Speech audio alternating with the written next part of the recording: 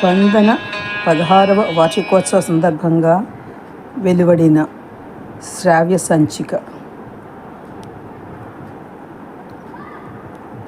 కథా విషయం ఫిరదౌసి.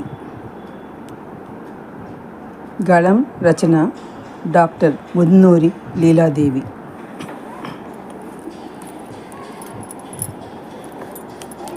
గుర్రం జాషువా రచించిన కథా కావ్యాలలో ఫిరదౌసి చాలా పేరెన్నిక కలిగింది.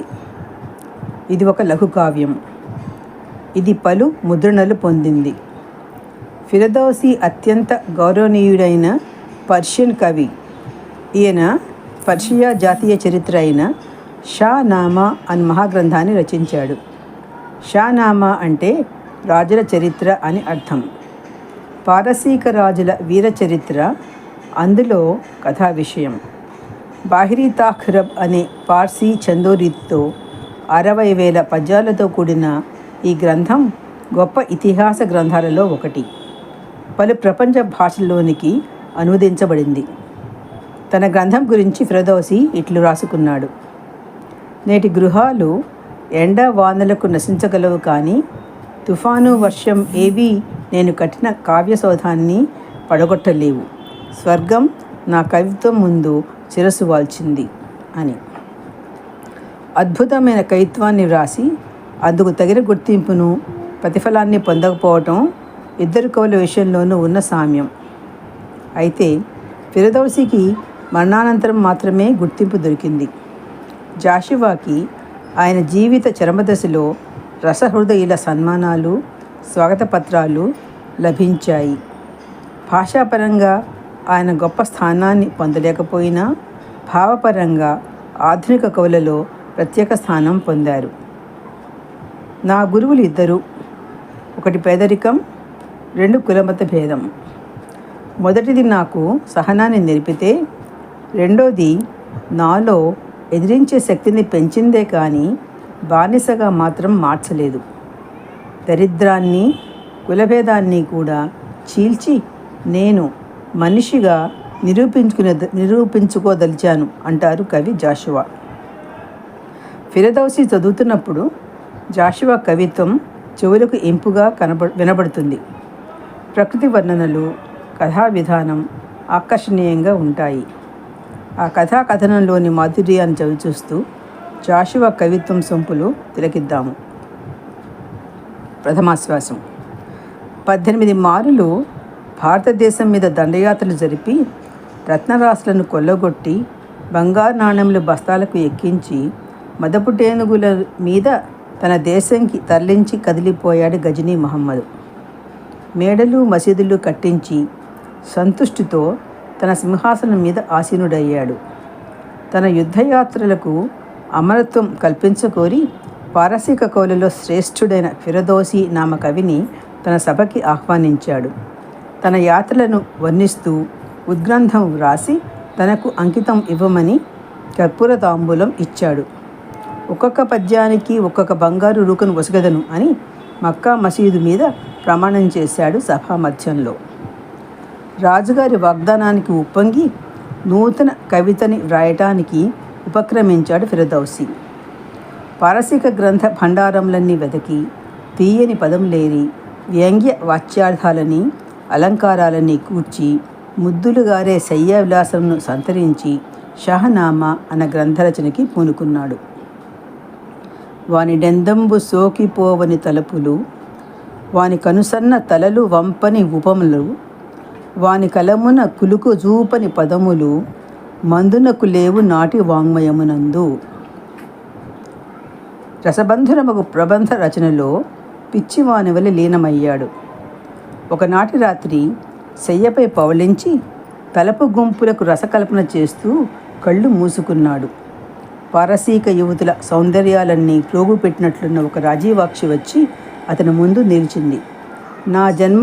నా జవ్వనము నీకు ధారపోస్తాను, కులసతిని, నీ కవితకు చిరకాలము తల్లిని అవుతాను, నీకు అంగీకారమా అని అడిగింది.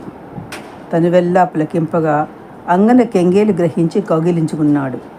గరకు బాణం ఒకటి గుండెలో గుచ్చినట్లయింది. త్రుళ్ళిపడి కంపిస్తూ లేచాడు.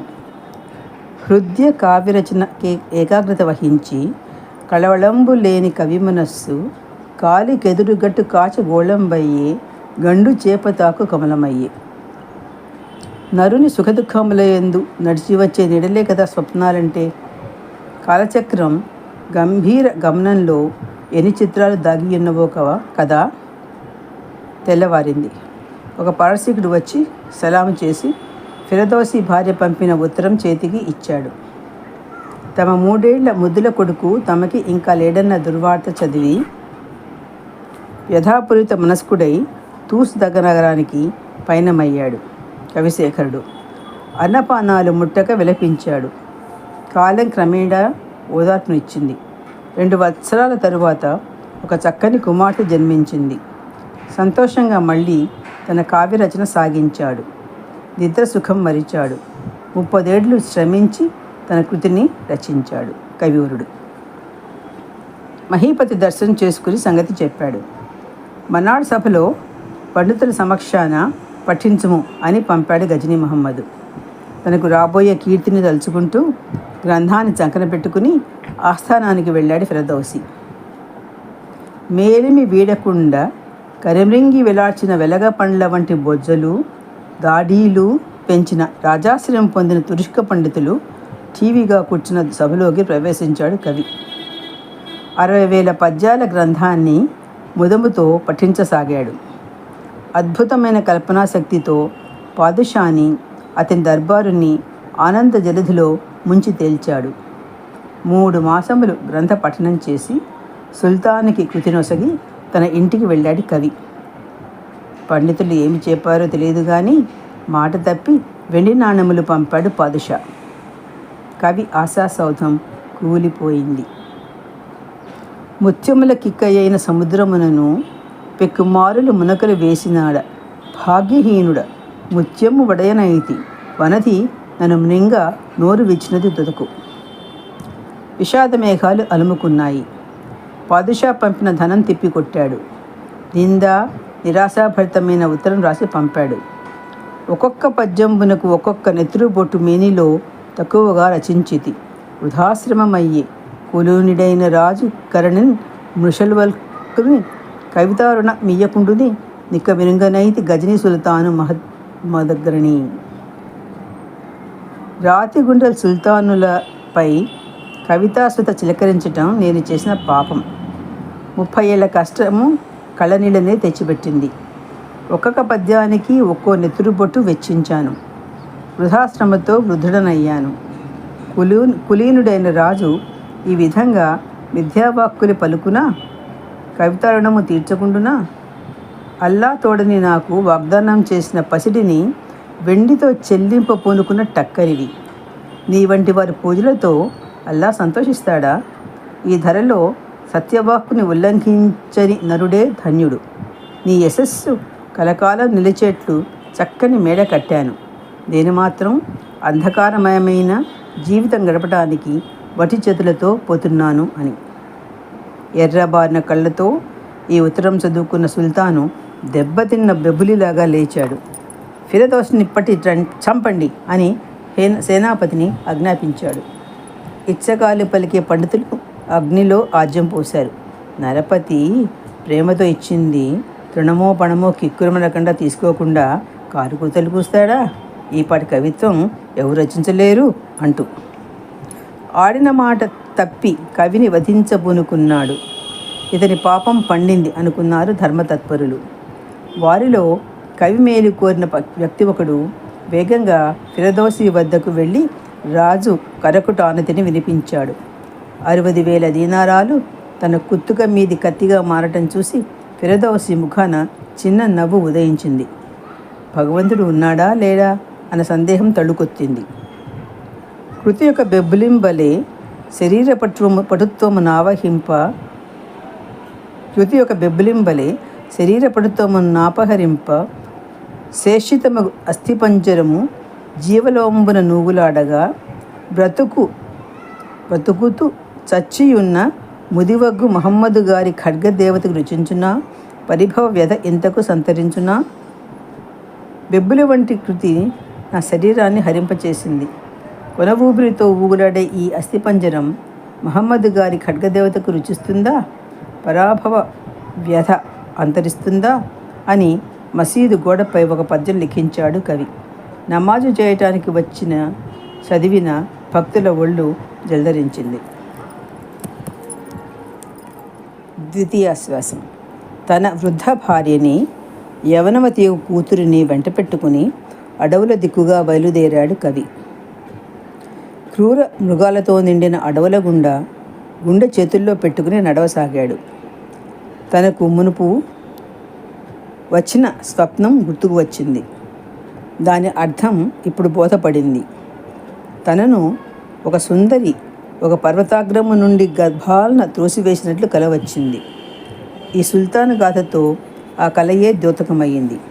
ఈశ్వరుని మహిమను స్తుతిస్తూ ముందుకు సాగాడు. తృతీయాశ్వాసం. భయభీతులై ఆ కీకారణ్యంలో నడుస్తున్న వారికి దారిలో ఒక బోయవాడు తారసపడ్డాడు. ముసలి దంపతులు చిన్నపిల్లని చూసి జాలిపడి వారిని క్షేమంగా అడవి దాటించాడు. పారసీకం సరిహద్దులు కనుచూపు మేరలోకి వచ్చేదాకా వెంట నడిచాడు. ఏ దిక్కుగా వెళ్తే ఇబ్బందులు అపాయాలు వస్తాయో వివరించి సెలవు తీసుకున్నాడు. వాని పరోపకార బుద్ధికి సంతోషించి వానిని ప్రేమగా కౌగిలించుకున్నాడు కవి.